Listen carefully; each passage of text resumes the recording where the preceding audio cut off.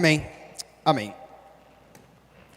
Antes do intervalo, nós estamos falando sobre a vida de Abraão e especialmente sobre os acontecimentos que se deram quando ele obedeceu o caminho do Senhor. Em especial aqui agora, quando o Senhor diz a ele que ele teria um filho, que ele teria um descendente. A Bíblia diz então que Abraão creu em Deus, ele se apoiou em Deus. E Deus, quando viu isso, Deus colocou sobre ele isso como uma condição aceitável para Deus. E aliás, penso eu, que é a visão de muitos de nós, não é mesmo? Talvez nós estamos aqui, talvez nós lemos a Bíblia, não apenas para nós louvarmos e agradecermos a Deus, mas porque nós queremos ser agradáveis a Deus. Nós queremos que Deus olhe para nós e fale: eu me agrado da minha filha, eu me agrado do meu filho. Dificilmente nós, mesmo dos nossos pais de carne, se não todos aqui, a grande maioria gostam de ser agradáveis. Eu não gosto de entristecer a minha mãe, não gosto de entristecer o meu pai. Mas agora imagina com o Senhor, nós estamos aqui porque queremos lhe ser agradáveis. E a Bíblia está dando aqui um princípio sobre como Abraão conseguiu encontrar-se diante de Deus como alguém agradável a Deus. Ele fechou os olhos, ele confiou, ele descansou, ele se inclinou, ele atribuiu toda a sua confiança e seu descanso no Senhor. E quando ele fez isso, Deus o viu como alguém agradável. Mas eu queria falar sobre mais um princípio rapidamente sobre fé com você aqui. Que a Bíblia diz que qual é um sinal da fé? Será que eu tenho fé? Ou será que eu creio de verdade no Senhor? E aliás, tem uma marca. Toda vez que nós falamos que cremos no Senhor, a Bíblia diz que é uma marca, inquestionavelmente, que acontecerá junto com todo aquele que creu no Senhor. Eu peço que você novamente abra comigo ali no livro de Romanos, no capítulo 4. Romanos capítulo 4. E a Bíblia vai dizer aqui especificamente, Romanos capítulo 4, especificamente aqui no versículo 18, Romanos 4, 18, diz assim: Abraão, esperando, eu gosto dessa palavra, olha só ela, esperando contra a esperança, porque esperança é aquilo que a gente tem uma expectativa, espera, e ele diz esperando contra a esperança. Por que essa expressão? Porque tem tudo para dar errado, mas mesmo assim eu vou esperar. Tem tudo para que não dê certo, mas mesmo assim eu vou esperar no Senhor. Abraão, esperando contra a esperança, creu. E por ele crer, a Bíblia diz, para vir ser o pai de muitas nações, segundo lhe fora dito, assim será a tua descendência. E sem enfraquecer na fé, mas ela não era burro, entende uma coisa? A fé não é burra.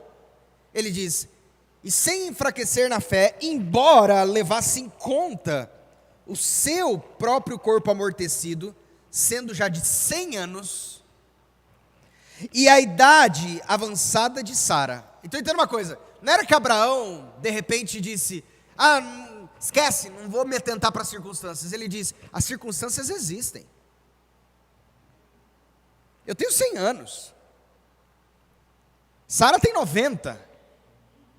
Sara, além de ser estéril, ela já estará na menopausa. Além de 90 anos. Mas a Bíblia diz aqui, que, e sem enfraquecer na fé, embora levasse em conta o seu próprio corpo amortecido, sendo já de 100 anos, e a idade avançada de Sara, presta atenção agora, não duvidou, por incredulidade, da promessa de Deus, mas, pela fé se fortaleceu, presta atenção agora nessa frase, dando glória a Deus. Ele não deu glória a Deus quando o filho nasceu. Ele já deu glória a Deus quando a promessa do filho veio. E aí está exatamente a marca da fé. Ele agradeceu a Deus, o seu coração glorificou a Deus, mesmo antes de ver a promessa de Deus se cumprindo materialmente. Deus disse, eu creio, glória a Deus, vai acontecer. Quando? Não sei. Aliás, nós sabemos hoje que demorou ainda alguns anos. Mas independentemente disso, a Bíblia nos afirma de que a marca da fé em Abraão foi de que ele deu glória a Deus. Presta atenção agora, versículo 21. Estando plenamente convicto. Eu gosto quando a Bíblia usa essas palavras que dão um sentido de ápice, né? Deus faz muito mais abundantemente além do que pedimos e pensamos. Não é porque muito mais abundantemente além do que pedimos e pensamos. Aqui a Bíblia diz assim, estando plenamente e convicto. Que alguém que é convicto, já está convicto, mas ele diz, não, mas ele estava plenamente convicto de que ele, ou seja, Deus, era poderoso para cumprir o que prometera. Irmãos, olha só isso. Será que nós descansamos e confiamos em Deus a ponto de entender que se Ele disse, Ele é poderoso o suficiente para cumprir o que Ele promete? O povo de Israel não entrou na terra prometida porque eles entenderam que Deus não era poderoso o suficiente para colocar eles na terra prometida, naquela primeira leva de gerações que estavam buscando entrar na terra. Por isso eles tiveram que passar mais 40 anos, até que aquela geração morresse, a geração da incredulidade. Deus aqui nos traz alguns princípios preciosos, mostrando de que nós precisamos descansar de que Ele é plenamente poderoso, plenamente capaz de cumprir o que Ele prometeu. E o que o Senhor nos promete? Por exemplo, o Senhor nos promete de que aquele que crer em Cristo passou da morte para a vida. O Senhor nos promete que nenhuma condenação há para os que são em Cristo. Irmãos, vou falar uma coisa para você. Me dá uma... Talvez, deixa eu tentar pensar qual seria o melhor sentimento.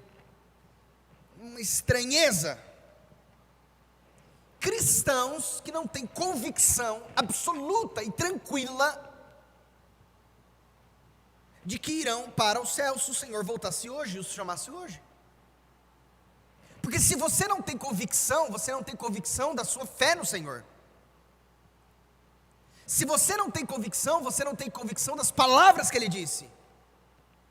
Se você não tem convicção, você não tem convicção de que quando Deus disse que pela graça somos salvos, eu realmente fui salvo pela graça. Se você não tem convicção, é porque você não tem convicção de que exatamente é por causa da obra de Cristo que foi suficiente. Quando o apóstolo Paulo repreende aos irmãos da cidade dos Gálatas, ele os repreende dizendo: para vocês parece que Cristo morreu à toa, porque vocês entendem que a obra de Cristo não foi suficiente, de que agora precisa haver uma obra de vocês, para que a obra de Cristo possa se completar. Vocês ignoram de que as obras de vocês não são necessárias para que a obra de Cristo se complete. As obras de vocês são só reflexos de que vocês creram na obra de Cristo, mas não condições para que a obra de Cristo seja plena. Me acho estranho, irmãos e irmãs, ou pessoas que se denominam cristãos, que não têm paz a respeito de sua salvação, achando que aquilo que a obra do Senhor fez, não lhes traz, como disse aqui, capacidade do Senhor ser plenamente poderoso para cumprir o que prometeu. Porque se Deus prometeu, Ele assim o fará.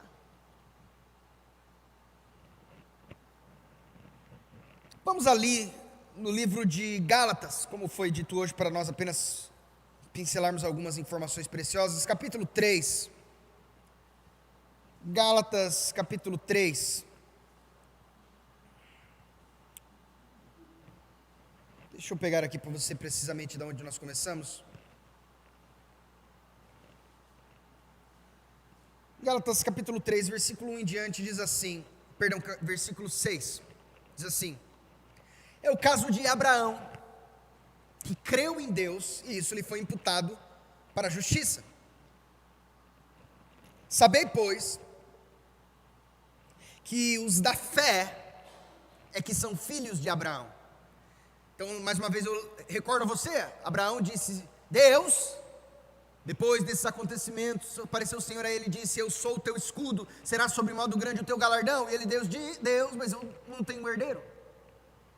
Tu me traz promessas, mas para quem elas serão? E aqui o texto diz, essas promessas serão para os teus descendentes. E quem são os meus descendentes? O texto diz aqui, sabei, pois, que os da fé são os filhos de Abraão. Se você e eu entramos na mesma fé de Abraão, nós nos tornamos participantes das mesmas promessas que Abraão recebeu. Versículo 8.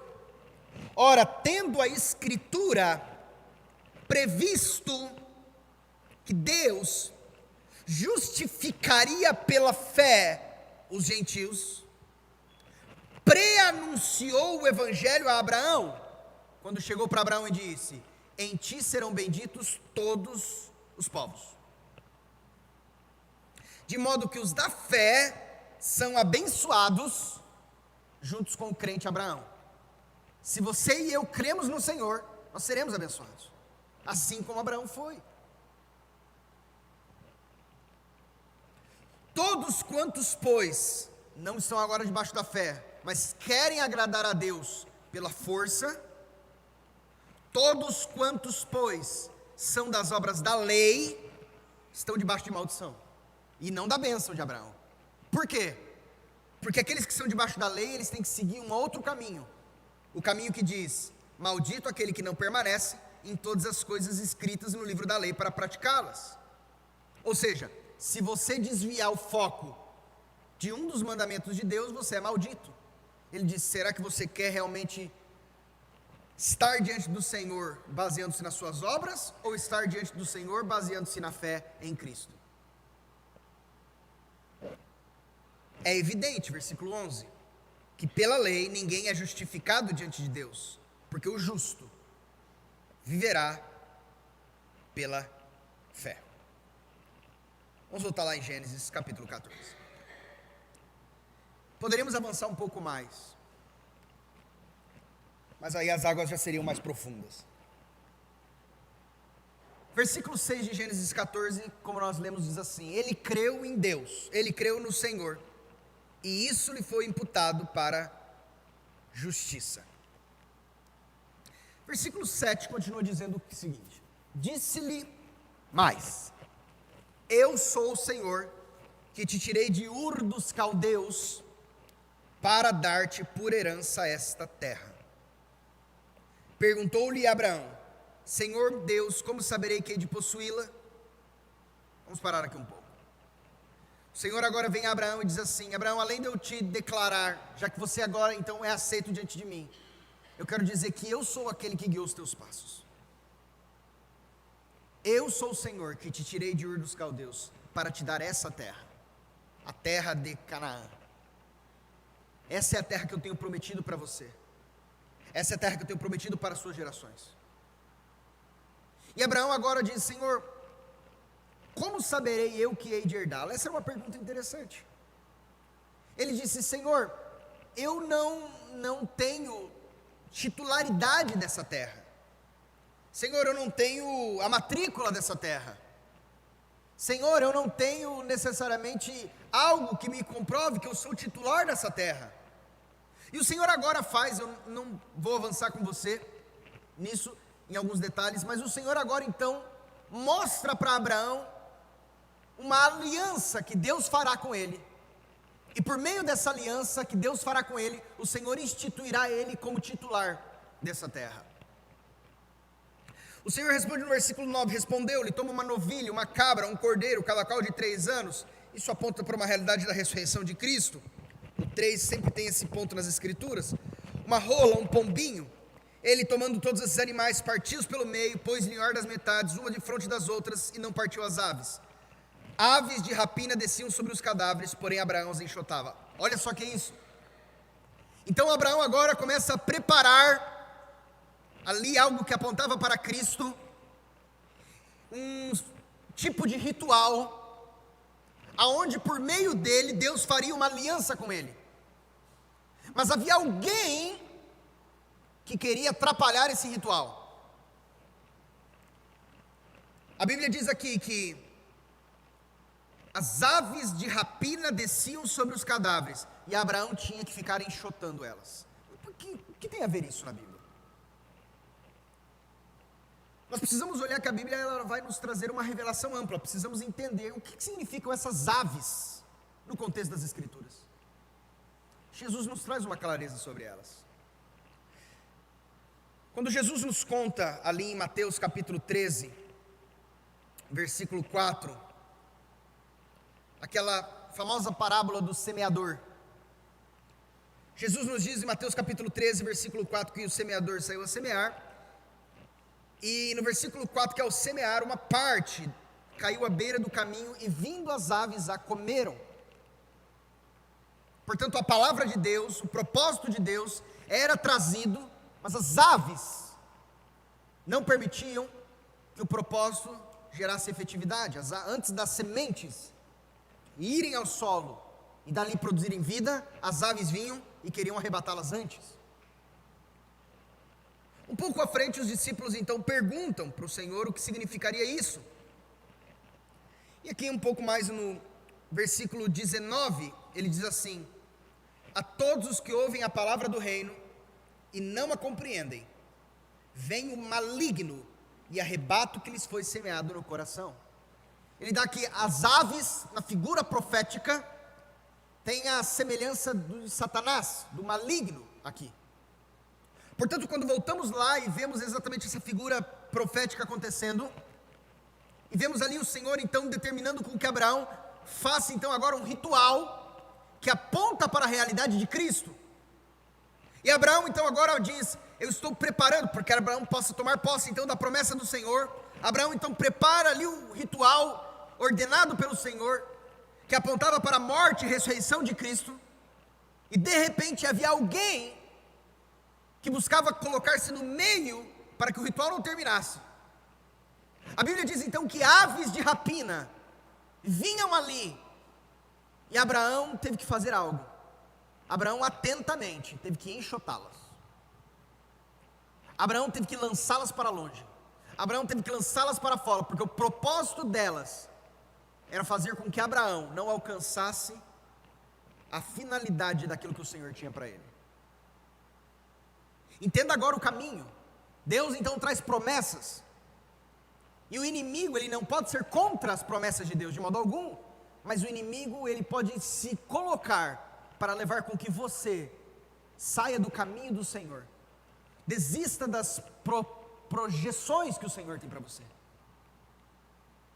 Muitas vezes talvez tirando ou estabelecendo um desânimo no seu coração, muitas vezes colocando você para que você tenha atenção em outras coisas. Ali na parábola do semeador, a Bíblia diz que as aves, elas tomaram a semente para que as pessoas não compreendessem a palavra, e não compreendendo-a, não crescem, e não crendo, não produzissem frutos. E aqui na vida de Abraão nós vemos essa realidade profética. Ele agora vai fazer uma aliança com o Senhor diz a ele: Abraão, prepare o sangue a ser derramado. Abraão aponta para a realidade da morte, e pelo fato de ter 3 anos, aponta para a realidade da ressurreição. Mas as aves de rapina vêm, tentando levá-lo a não cumprir plenamente a aliança que o Senhor queria fazer com ele. Mas Abraão, sabiamente, a Bíblia diz aqui então que começou a enxotar, começou a lançar fora essas aves. Versículo 12, diz assim: ao pôr do sol, caiu um profundo sono sobre Abraão. Irmãos, eu amo quando isso acontece na Bíblia. Você lembra alguém que teve um profundo sono na Bíblia também? Adão. A Bíblia diz que Deus colocou Adão em profundo sono. E quando Deus coloca o homem em profundo sono, irmãos, é o melhor lugar. Porque aí o homem não atrapalha. Deus colocou Adão em profundo sono. E quando Adão acorda, há uma ajudadora. Uma figura da igreja. Linda. Tirada do homem. E Deus agora vai colocar Abraão em profundo sono também. E quando Abraão acordar, já vou lhe contar um spoiler, a aliança já vai ter finalizada. Como se Deus dissesse exatamente aqui nessa figura da graça: Abraão, você não vai ter que fazer nada. Dorme e deixa eu fazer tudo. Abraão, dorme, deixa eu finalizar a aliança. Abraão, dorme, quando você acordar, a nossa aliança já vai ter sido concluída. É como a realidade de Cristo, que quando eu ouço a respeito de Jesus, eu não ouço o que eu tenho que fazer, mas eu ouço o que Ele fez há 2000 anos atrás, na morte e ressurreição. Eu apenas sou informado e creio nisso. E agora aqui Abraão vai entrar então numa aliança com o Senhor. E o Senhor, quando vai entrar numa aliança com Abraão, o Senhor chega para Abraão e diz: então agora dorme. Como assim, meu Deus? E eu, o que eu faço? Ele diz: dorme, deixa eu fazer a aliança. Quando eu terminar a aliança eu te acordo. Ao pôr do sol, caiu um profundo sono sobre Abraão. Grande pavor e cerradas trevas o acometeram. E então lhe foi dito: sabe com certeza, Deus então agora lhe revela quando o povo seria levado ao Egito. Sabe com certeza que a tua posteridade será peregrina em terra alheia e será reduzida à escravidão. Quando o povo de Israel foi para o Egito e lá se tornou escravo. E será afligida por 400 anos. Mas também eu julgarei a gente que tem de sujeitar-se, e depois sairão com grandes riquezas. Porque não sei se você se lembra, mas quando eles saíram do Egito, Moisés disse: peçam agora para os egípcios objetos de ouro, objetos de prata, e vocês vão tirar toda a riqueza do Egito e vão levar com vocês. E na 10ª praga, o povo então agora começa a pedir para os egípcios e para os seus vizinhos: me dá os objetos de ouro. E eles: toma, toma, toma, vai embora. Me dá os objetos de prata, toma, toma, toma e vai embora. E cumpre-se então essa profecia que foi dita aqui a Abraão. E depois sairão com grande riqueza. E tu irás para os teus pais em paz, será sepultado em ditosa velhice. Na 4ª geração tornarão para aqui. Agora presta atenção, olha que interessante. Isso Abraão em sonhos aqui agora. Ele está dormindo. Porque não se encheu ainda a medida da iniquidade dos amorreus. Eu acho interessante essa previsão também. Ele diz assim: Deus, mas por que eu não vou ter agora? Por que é só daqui a 400 anos?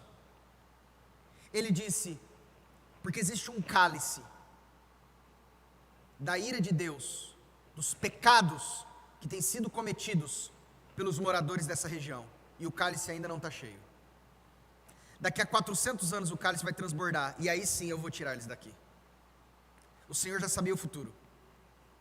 Eu creio, irmãos, que assim como acontecerá, as últimas pragas do Apocalipse são as 7 taças da ira de Deus, você lembra? São as últimas pragas do Apocalipse.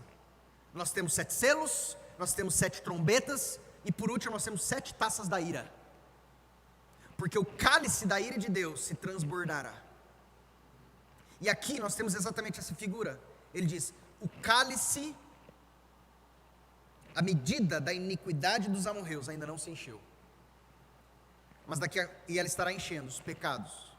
Olha isso, é como o pecado foi sendo cometido, está enchendo. O pecado foi sendo cometido, está enchendo. O pecado foi sendo cometido, está enchendo. O pecado foi sendo cometido, está enchendo. Chega, acabou. Agora deu. E ele diz: daqui a 400 anos, o Senhor revela a Abraão.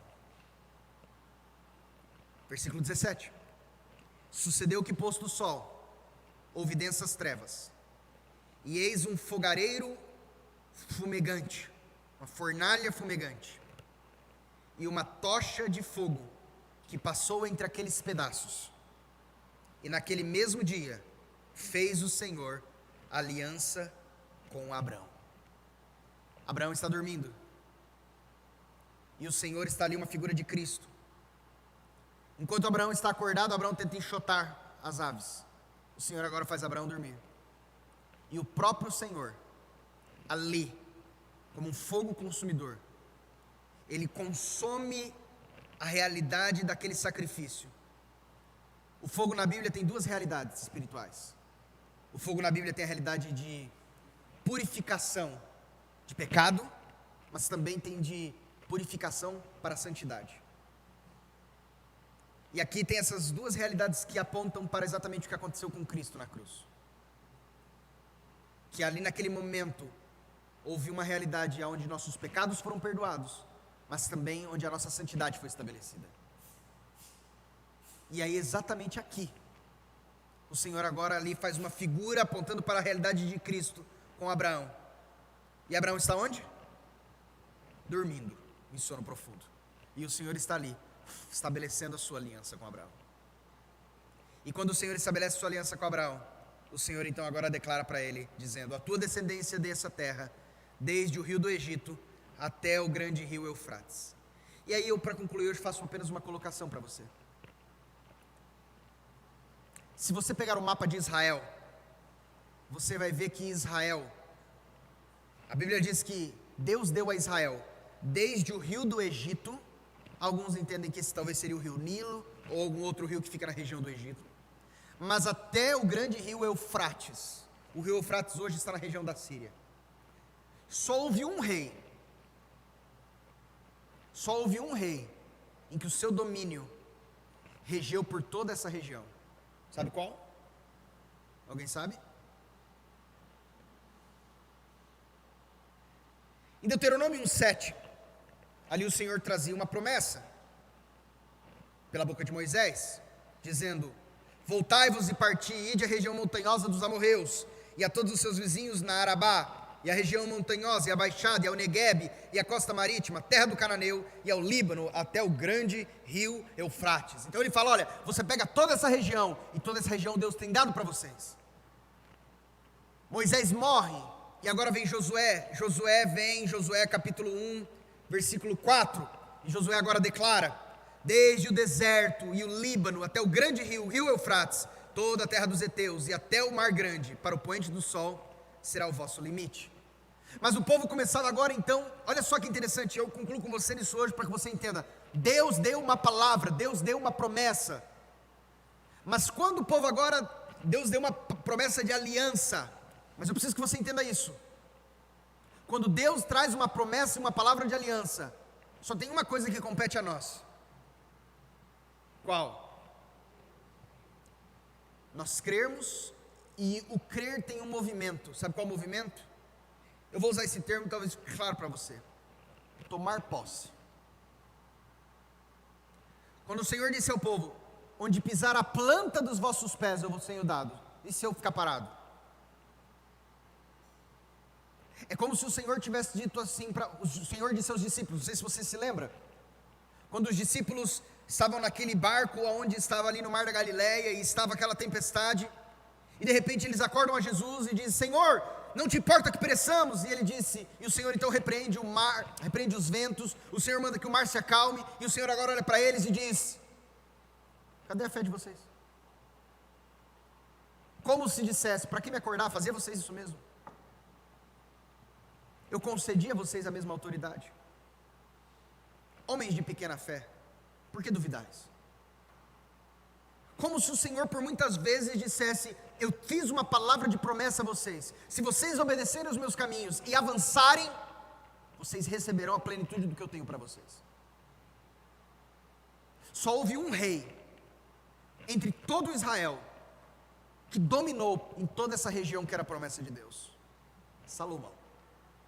Em 1 Reis capítulo 4, versículo 21, diz: dominava Salomão sobre todos os reinos, desde o Eufrates até a terra dos filisteus e até a fronteira do Egito, os quais pagavam tributo e serviam a Salomão todos os dias da sua vida. Se você pegar o mapa de reinado, Davi não reinou sobre tudo, Ezequias não reinou sobre tudo, hoje Israel não tem domínio sobre tudo, mas a parte em que Deus lhes prometeu, houve apenas um rei que se estabeleceu sobre tudo, no qual nele estava sabedoria, e no qual ele prefigurava Cristo, como aquele que seria aquele descendente de Davi: Salomão.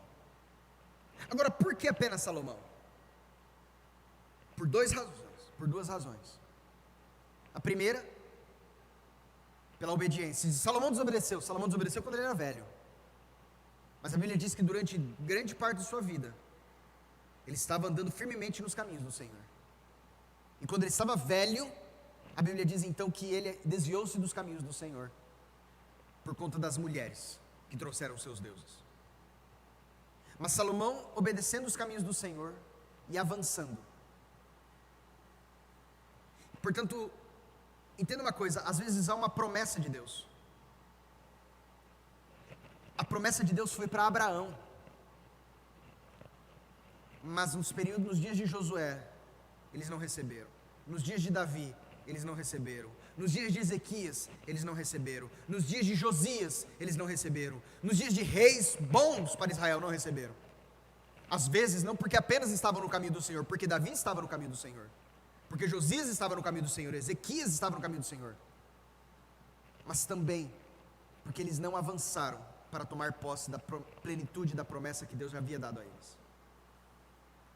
Se você olhar o mapa de Israel e o mapa da promessa, você vê que apenas um rei teve a plenitude daquilo que Deus havia dito que eles teriam. Uma promessa lá para Abraão.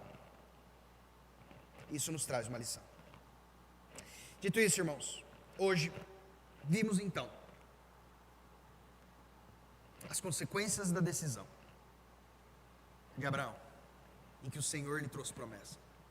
O desejo do coração de Abraão, em que tivesse uma geração para que essas promessas pudessem ser repassadas. O evangelho sendo trazido a Abraão, e o fato de que quando ele se apoiou no Senhor, agora então ele foi aceito diante de Deus. A aliança que Deus então agora estabelece com ele, fazendo com que ele durma, para que ele possa receber tudo que Deus tem para ele, porque o Senhor não precisa de nós. Eu creio no Senhor e o Senhor faz todas as coisas. Essa é a realidade da nova aliança. Colocarei a minha lei no teu entendimento, escreverei ela na tábua dos seus corações. Ninguém mais dirá, conhece o Senhor, porque todos me conhecerão, desde o menor até o maior, porque agora o Espírito Santo, que faz morada em nós, nos revelará. E por fim, a importância de entendermos de que se Deus nos deu uma promessa, precisamos caminhar em duas realidades aqui: em obediência, no caminho do Senhor, mas também em tomar posse sem medo, sem temor, daquilo que Deus já disse que é nosso. Amém? Vamos orar. Eu te louvo, Pai, porque a Tua palavra ela é rica, como tesouros insondáveis. Com certeza, Senhor, se avançássemos nela agora, teremos mais mistérios. Se nos debruçássemos nela, teríamos muito maiores revelações. Mas obrigado pelo pão nosso de cada dia que Tu nos tem dado hoje. Que ele venha produzir vida, não como um pão material, mas como o pão vivo que desceu do céu, que é Cristo. Nós louvamos o Teu nome, Pai, em nome de Jesus. Amém. Estamos encerrados. Eu gostaria apenas de lembrar os